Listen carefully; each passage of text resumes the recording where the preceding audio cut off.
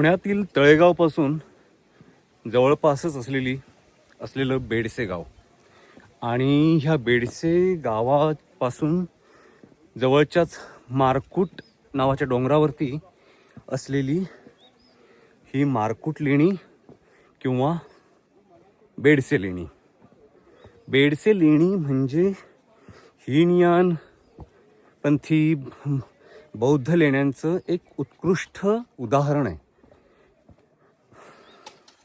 पायथ्यापासून अगदी लेणींपर्यंत दगडात बांधलेल्या पायऱ्या आहेत आणि एक 10 मिनिटं आपण पायऱ्या चढून गेलो की आपण लेणीकडे पोचतो.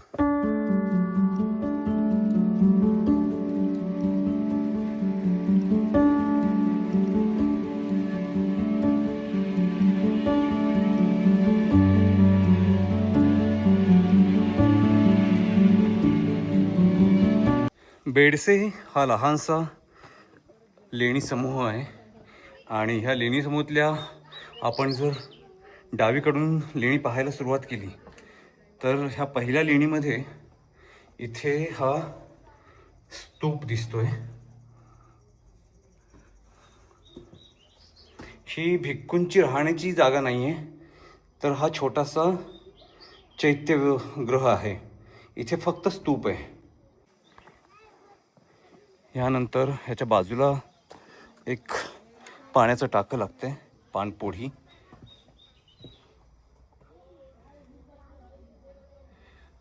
ही पाणपोढी अगदी फुल भरलेली आहे आणि हे पाणी पिण्यायोग्य आहे.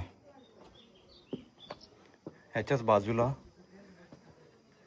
उघड्या कक्षामध्ये हा स्तूप आहे आणि ह्या स्तूपामध्ये इथं हे बारीक नक्षीकाम पाहता येऊ शकेल.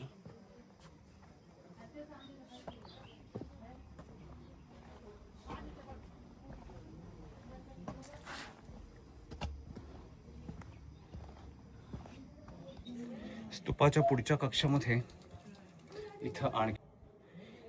इथे आणखीन एक पाण्याचं टाकं आहे, जे आता जाळी लावून बंदिस्त केलंय त्याला.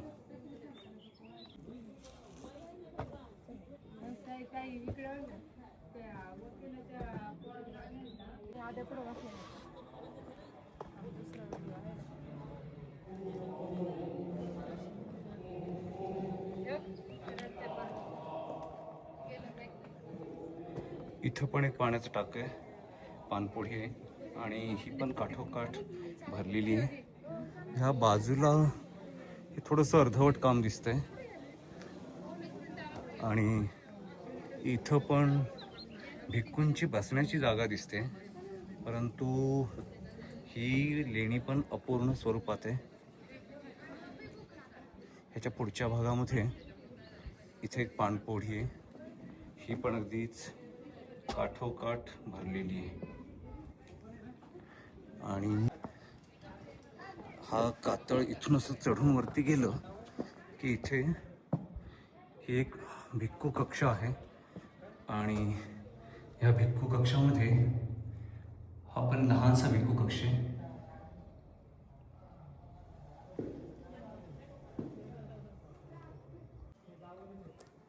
इथे एक भग्नावस्थेतला हा कक्ष दिसतोय.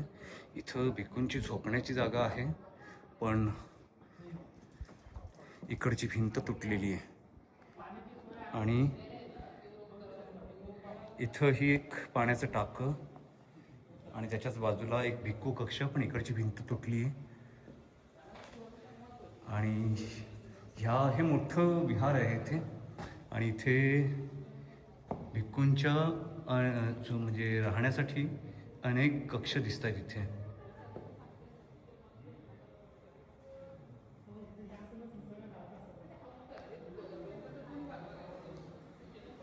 हा तिसरा कक्ष, चौथा, 5वा, 6वा, 7, 8, 9, 10, 11, 12 ह्या ठिकाणी एकूण 12 कक्ष दिसत आहेत. या चैत्यगृहामध्ये छान नक्षीकाम दिसते, दगडात कोरलेलं. अगदी प्रत्येक भिक्खू कक्षाच्या दरवाजावरती स्तूपाचं नक्षीकाम कोरलेलं दिसतंय आणि प्रत्येक कक्षाच्या आतमध्ये पाहिलं तर ह्या लहानशा खोल्या आहेत. ह्याच्यामध्ये ही जी जागा आहे ही भिक्खूंना बसण्याची आणि झोपण्याची जागा आहे. इथं पाहता येईल किती बारीक नक्षीकाम ह्या दगडांमध्ये कोरलेलं आहे.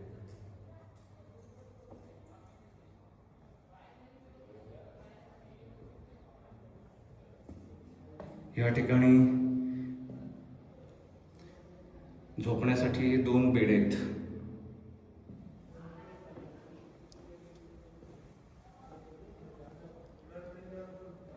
ह्या खोलीमध्ये सुद्धा इथे 2 बेड दिसत आहेत.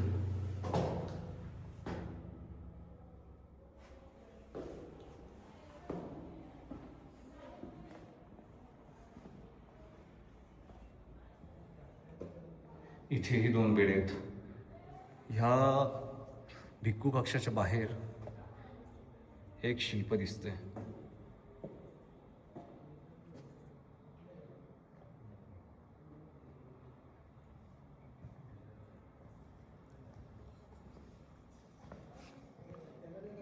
या परिसरात जेवढी पण लेणी आहेत त्यातल्या सर्वात सुंदर लेण्यांपैकी बेडसे ही लेणी अगदी साफसुथरी स्वच्छ ठेवलेली. इथे केअरटेकर पण असतात आणि ते लोकांना येणाऱ्या पर्यटकांना गाईड पण करत असतात, काही सूचनाही देत असतात. त्यामुळे या लेणीची खूप चांगली निगा राखलेली आहे. लेणीच्या प्रांगणातून दिसणारा हा सभोवतालचा परिसर.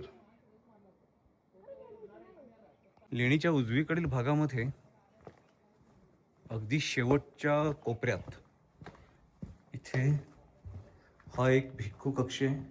इथेच भिक्खूंची झोपण्याची जागा आणि त्याच्याच बाजूला हे पाण्याचं टाकं, पाणपोळी.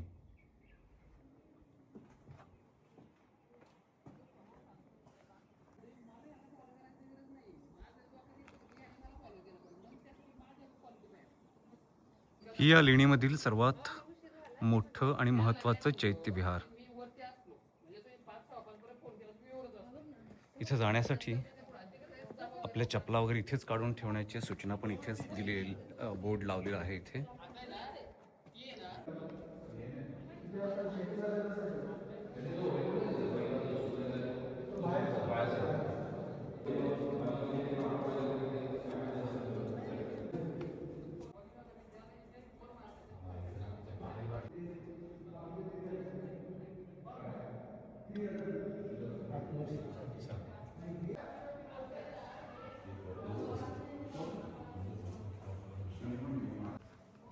मुख्य लेणीच्या दोन्ही बाजूला सुद्धा लहानशा ह्या खोल्या आहेत, पण इथे काम अर्धवट दिसतंय. ही लेणी इथे खोदण्याचं काम चाललं होतं पण ते पूर्ण झालेलं नाही आहे.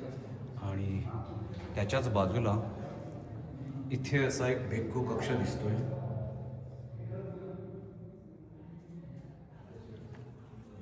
समोरच्या बाजूला सुद्धा बरीच शिल्प आहेत आणि ती अगदी काटेकोरपणे कोरलेली आहेत. इकडे समोरच्या भागात पण एक भिक्खू कक्ष दिसतोय. आता इकडे सगळं अडचणीचं सामान ठेवलंय आतमध्ये आणि त्याच्या बाजूलाच हा दुसरा एक भिक्खू कक्ष आहे. इथं दगडाच्या प्रत्येक भागामध्ये आपल्याला नक्षीकाम केलेलं दिसेल.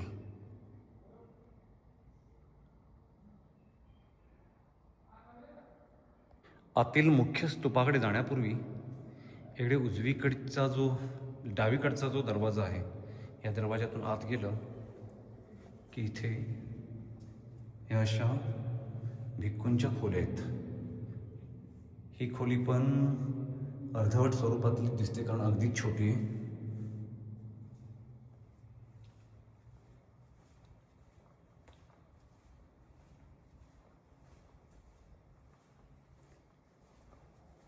आता आपण जी फेरी मारतोय ही स्तूपाच्या सभोवतीची फेरी आहे.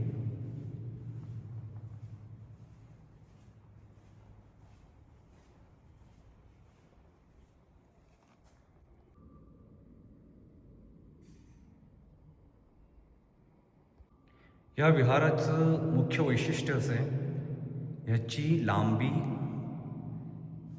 6.25 मीटर आणि त्याच्या अर्धी त्याची रुंदी आहे. आणि ह्या विहारामध्ये जे पण काम केलेलं आहे ते काम अगदी गणितीय मापांमध्ये केलेलं आहे.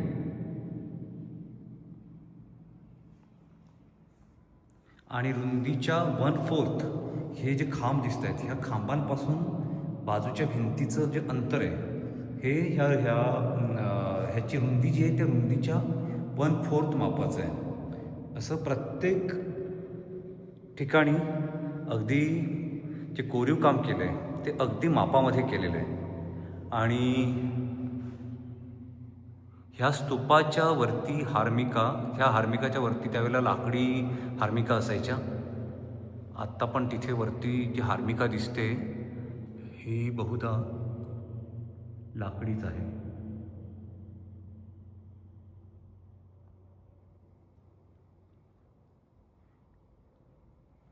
ह्या स्तूपाचं पण काम हे अगदी कोनामध्ये म्हणजे कॅल्क्युलेशनमध्ये केलेलं आहे.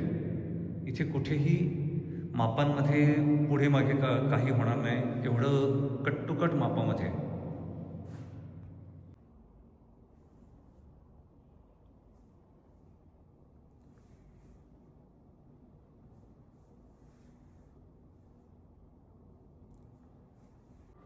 या लेणीची निर्मिती ही साधारणपणे इसवी सन पूर्व 1ल्या शतकामध्ये करण्यात आली होती.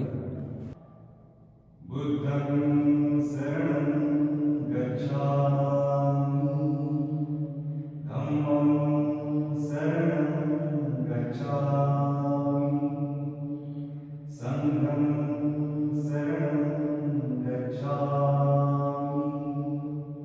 स्तूपाच्या बाजूकडील ह्या खांबांवरती सुद्धा आपण नक्षीकाम बघू शकाल.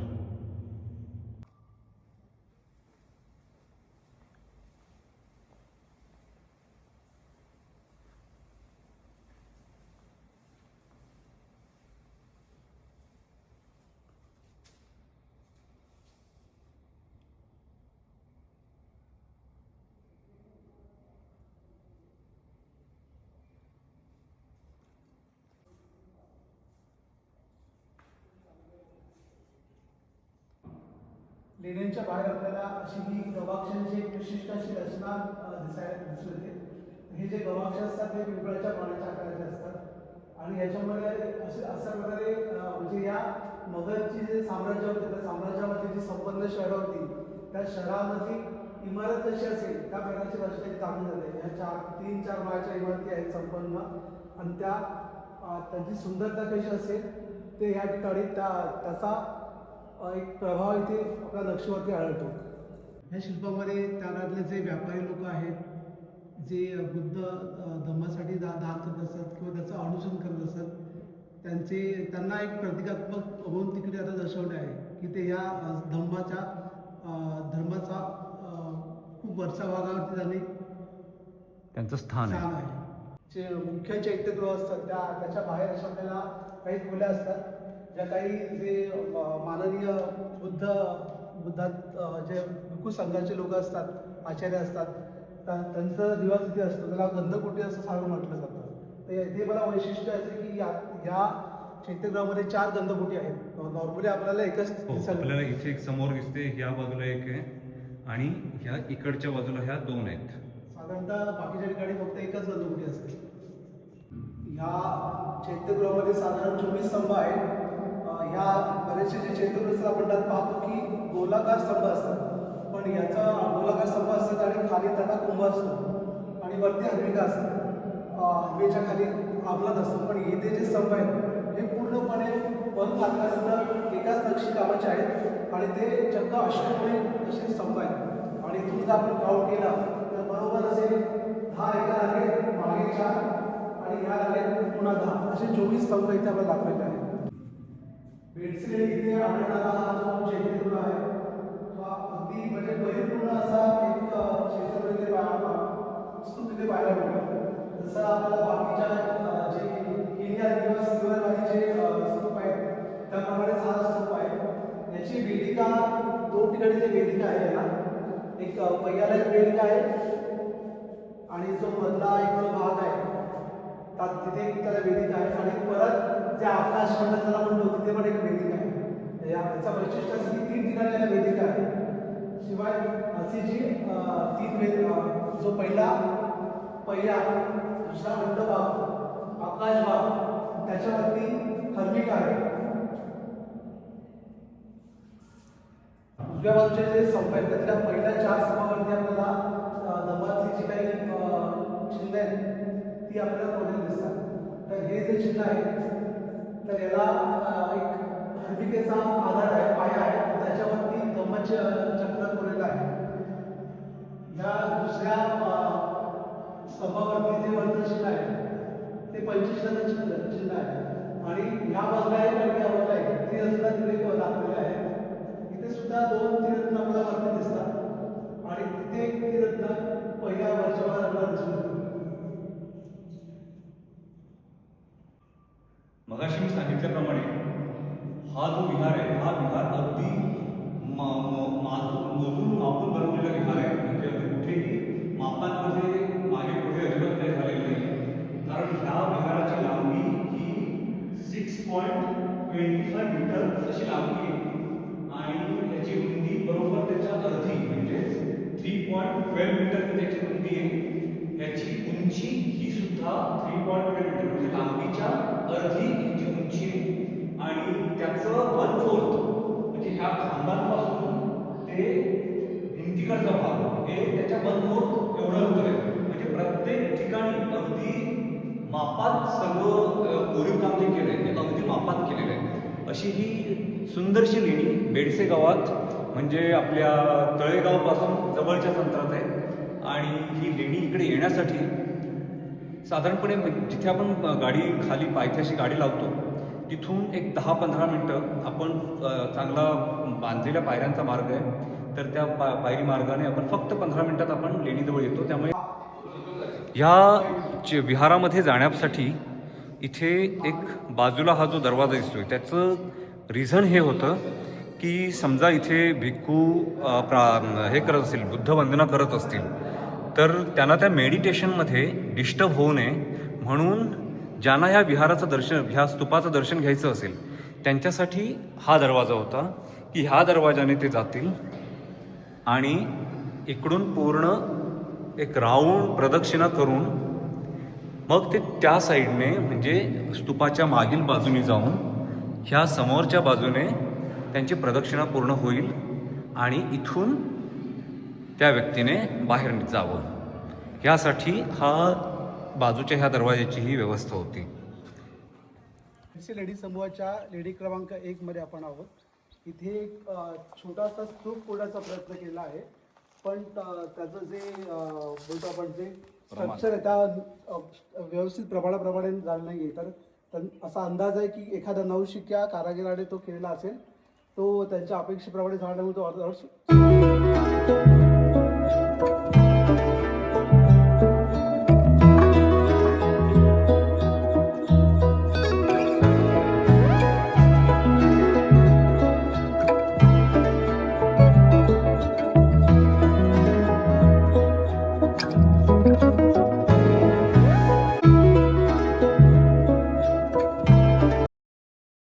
जे शिल्प आहेत स्तंभशिल्प कलेवरलं त्याच्यातले जे महिला पुरुष आहे त्यांची वेशभूषा आणि त्यावेळेची राहण्याची पद्धती, त्याचप्रकारे त्यातल्या जे 2 वेगवेगळे शिल्प आहेत त्यातलं जे उजवीकडचं जे शिल्प आहे त्याच्यातला जो पुरुष आहे त्याने त्या महिलेच्या केसांना धरले आणि ह्या साईडचा जो शिल्प आहे त्याच्यावर हत्तीच्यावर महिला पुरुष आरूढ आहे तर तिथं महिलेच्या हाताला धरले. आणि कुठल्याही ठिकाणी जेव्हा कुठल्याही गोष्ट तुम्ही हाताने धरतात तर तुमची नजर किंवा तुमचं शरीर हे त्या साईडला झुकलं जातं. त्याच्यामुळे ह्या 2 शिल्पांमध्ये दोन्ही पुरुष हे महिलेच्या साईडला झुकलेले दाखवलेले आहे. तिथं जे प्राणी शिल्प आहेत बेडसे लेण्यांना तर त्याच्यात 4 प्राणी शिल्प आहे, गाय, बैल, हत्ती आणि घोडा हे 4 प्राणीचे शिल्प आहे. इथं ज्या बाहेरच्या ठिकाणी म्हणजे हे मधले दोन्ही समोर बाहेरच्या ठिकाणी घोडे तर आतल्या दिशेला हत्तीचे शिल्प आहे आणि ह्या साईडला बाहेर हत्तीचं शिल्प आहे, आतल्या साईडला घोड्याचे शिल्प आहे. तर इथं टोटल जे 4 हत्ती दाखवले त्या प्रत्येक हत्तीला साधारण ओरिजिनल हस्तिदंत होते असा उल्लेख आपल्याला खूप ठिकाणी पाहायला भेटतो. तिथं तसे त्याची जी सोंड आहे तिथं आपल्याला तर दोन्ही साईडला 2 होल पाहायला भेटतात. तर जे प्राणी शिल्प दाखवले ती 4 प्राणी शिल्प आहे, गाय, बैल, हत्ती आणि घोडा. इथले जे हत्तीचे शिल्प आहेत त्याच्या सोंडेला दोन्ही दिशेला 2 होल आहेत आणि त्याच्यात ओरिजिनल हस्तिदंत होते असा काही ठिकाणी संदर्भ आपल्याला पाहायला भेटतो. म्हणजे हे एवढं समृद्ध स्थापत्य शैली होती की त्यांनी दगडात तर वास्तू बनवलेत, पण त्यासोबत जे कोणत्याही जनावराला जे जे अवशेष आहे तर त्यांनी त्यावर दर्शवण्याचा प्रयत्न केला. त्याचप्रकारे दुसरं की ह्या साईडला आहे ना जे शेवटचं शिल्प आहे जिथं महिला बसली ते गायीचं शिल्प आहे. बऱ्याच अंशी त्या शिल्पाला बरेचसे जण म्हणतात तो प्राणी हा घोडा आहे, तर ते घोडा नाहीये. ते कशावरून ठरवलं जातं तर त्याला शिंग पण दिल्यात आणि शिंग आणि मग थोडं शिंगाच्या मागच्या साईडला होल आहेत. तर असं सांगतात ते लाकडी कान वगैरे बसवले जायचे आणि जे घोड्याचे खूर असतात ते चारी गोल असतात, म्हणजे लाईटली तिरपे असतात पण गोलच असतात. पण बाकीच्या प्राण्यांचे पुढचे पाय गोलच असतात पण मागचे तिरपे असतात. त्याला एक छोटंसं खूर असतं मागच्या दिशेला आणि त्याच्यावर तो संदर्भ काढला होता की हे गायचं शिल्प आहे, या साईडला बैलाचं शिल्प आहे आणि मधल्या दोन्ही समोर घोडा आणि हत्तीचं शिल्प आहे. ही वरची शिल्प दाखवण्यासाठी थोडं मी ह्या पायऱ्याने वरती जाऊन तुम्हाला वरच्या शिल्पांचं जवळून शूट करून दाखवतो.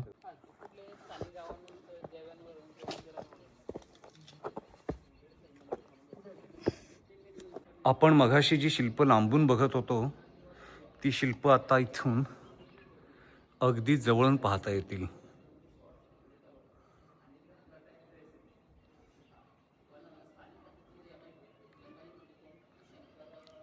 ह्याच्या समोरच्या कातळ भिंतीवर ज्या पायऱ्या आहेत ना, पायरी मार्ग ह्या वरती चढण्यासाठी नाहीये. पायरी मार्ग कशासाठी तर लेण्यांची खोदकामाची पद्धती ही वरून खाली, प्रत्येक वास्तू ही वरून खाली खोदली. अवजार छन्नी हातोडा बेडसलेनीचा उल्लेख ही इसवी सन पूर्वीच्या पहिल्या शतकातली वास्तू, हिला आतापर्यंत 2200 वर्ष आले. खोदकामासाठी जर लागणारा हिचा जो कालावधी तो 150 वर्ष आहे. जर बेडसलेनीविषयी सांगायचं झालं अजून एक जी जमेची बाजू की तुम्ही इतर लेण्यांना जा आणि बेडसलेनीमध्ये जो चैत्यगृहाचा एंट्रन्स आहे हा थोडासा वेगळा आहे आपल्या इथला. ह्या चैत्यगृहाच्या समोरच्या ठिकाणी कातळ भिंती आहे समोर. इतर लेण्यांना तुम्हाला अशा समोरच्या ठिकाणी कातळ भिंती मिळतच नाही.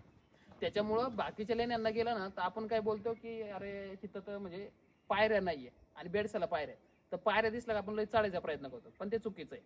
का? कारण लेण्या वरून खाली खोदल्यात, ये जा करण्यासाठी भिंती ह्या पायऱ्यांचा वापर करतात. आपलं काम पूर्ण केलं का भिंती हटवल्या जातात, पण बाकीच्या लेण्यांना भिंतीच नाही, तर त्याच्यामुळे आपण वरती चढत नाही. पण बेडसेल येऊन का चढतो? कारण इथं कातळामध्ये पायऱ्या आहेत. पण ह्या भिंती काय आहेत? कारण बेडसे लेणी किंवा महाराष्ट्रातल्या फार कमी अशा लेण्या आहेत की त्यांचं तोंड पूर्वेला आहे आणि ह्या लेणीचं वैशिष्ट्य असं आहे की ह्याला कातळ भिंती आहे चांगल्या प्रकारे, म्हणजे चांगल्या स्थितीत आहे आणि ह्या कातळ भिंतीद्वारे ह्या लेणीची सुरक्षा केलेली आहे. कारण ही लेणी पूर्वाभिमुख आहे. ह्या परिसरामध्ये खूप पावसाचं प्रमाण आहे आणि आपल्याकडे पाऊस 2 प्रकारे, मान्सून आणि मान्सून पूर्व. जो पूर्वेकडनं पाऊस येतो त्याच्यात हवा आणि पाणी दोन्ही पण असतं. असं कल्पना करा की ही कातळ भिंत नाहीये तर ह्याचा अर्थ पाणी आत घुसलं असतं. आणि जे आज आपल्याला शिल्पकला पाहायला भेटते ती आता कदाचित पाहायला भेटली नसते. शिल्पांची झीज झाली असती कारण पावसामुळे. जिथं पाणी पोहोचतं तिथली नासधूस मोठ्या प्रमाणात आहे. आणि ह्याच्यात ही लेणी सुरक्षित राहायचं एकमेव कारण ही कातळ भिंती आहे. आणि या कातळ भिंतीमुळे ही लेणी सुरक्षित राहिले. अजून पण इथं मानव निर्मित कसलंही डॅमेज नाहीये, म्हणजे कोणत्याच माणसाने इथं काही तोडफोड केलेलं नाहीये. का? इथं जे तोडफोड आहे म्हणजे जे तुटलंय ते नैसर्गिक आहे. कारण मानवी जेव्हा हस्तक्षेप होतो आणि मानवी जेव्हा असं वाटतं की तो माणसाने तोडलंय तर माणूस सगळ्यात जास्त महिला पुरुषांची शिल्प तोडतो. पण इथले महिला पुरुषांची शिल्प चांगली. इथं 2 डॅमेज आहे, एक घोड्याचा एक तोंडाचा भाग तुटलाय म्हणजे तिरपाद्वारे आणि जे हत्तीची अर्धी तोंड तुटलेली, म्हणजे पुढचा मागचा भाग आहे हत्तीच्या सोंडेला पण मधला भाग तुटलाय, तर याचा अर्थ तो नैसर्गिक आहे. हा थेरवाद पंथाशी निगडीत सांगितला जातो. कारण इथं कुठल्याही प्रकारे म्हणजे कुठल्याही ठिकाणी तुम्हाला गौतम बुद्धाचे शिल्प मिळत नाही. आपल्याकडं थेरवाद जो पंथ आहे त्या थेरवादामध्ये आपल्याला कुठं बुद्धांचे शिल्प नाही, सगळ्याच ठिकाणी स्तूप पाहायला भेटतात. आणि जिथं महायाना पंथ आहे तर महायाना पंथामध्ये आयडल सिस्टीम आहे, म्हणजे मूर्ती संकल्पना आली. गौतम बुद्धांच्या समकालीन जो पंथ होता तो थेरवाद होता. तिथं फक्त ध्यान साधना, तिथं सगळ्यात महत्त्वाचं म्हणजे ध्यान साधना का गरजेची आहे किंवा आपल्याला निर्वाणाला जायचं तर निर्वाणाला जाण्यासाठी जो मार्ग सांगितला गेलाय तो दुःखमुक्त आहे. दुःख का होतं? कारण आपल्याकडे षडविकार आहे. षडविकारामध्ये काय तर मोह, माया, द्वेष, अहंकार, स्वार्थ हे षडविकार आहे. षडविकारांची निर्मिती मन करतं. मन अस्थिर म्हणून दुःख आहे. तर त्या मनाला स्थिर करण्याची प्रक्रिया म्हणजे ध्यान साधना. मनाला स्थिर करायचं कारण मन जगात सगळ्यात वेगवान आहे. त्याला स्थिर करायचं असेल तर अशा ठिकाणी लक्ष केंद्रित करा ज्याच्यावर आपला कंट्रोल नाही, आणि ते म्हणजे श्वास. आणि श्वास ते आवश्यक आहे जेव्हा शरीर असते. थेरवादामध्ये जो मार्ग दिलाय तो श्वासावर आधारित आहे. कारण त्यांचं असं मत आहे की बाह्य गोष्टीशी जर तुम्ही अटॅच आहे तोपर्यंत तुम्ही दुःखी आहे. त्यासाठी त्यांनी स्वतःला समर्पित व्हा. म्हणजे बुद्ध धम्म आणि संघ. बुद्ध म्हणजे ज्ञान, धम्म म्हणजे त्याग आणि संघ म्हणजे शरीर. जेव्हा तुम्ही स्वतःला शरण जातात तेव्हा तुम्ही विकारांचा त्याग करू शकता. आणि एकदा विकारांचा त्याग झाला का तुम्हाला ज्ञान प्राप्ती होते. आणि ज्ञान कशाचं की हा देह आपल्याला का प्राप्त झालाय, मग ह्या देहाला सोडणं सोपं जातं. देहाला जर तुम्ही सोडलं तर तुम्ही निर्वाणाला जाता. आणि गोष्टी आपण महत्वाच्या आहे तिथल्या. एक ती किती वर्ष जुनी आहे, ती कोणत्या पंथातली, ही ज्ञानमधली आहे म्हणजे थेरवादातली आहे का महायाना पंथाची. आणि तिथलं अजून एक सगळ्यात महत्वाचं म्हणजे शिलालेख. इथं शिलालेख आहे. कुठल्याही लेण्यांना तुम्ही जाल ना, तिथलं जे लिपी असती ती ब्राह्मी लिपी असते. भाषा त्यावेळेची पाली होती, म्हणजे बोली भाषा पाली आणि लेखनाची लिपी ब्राह्मी असते.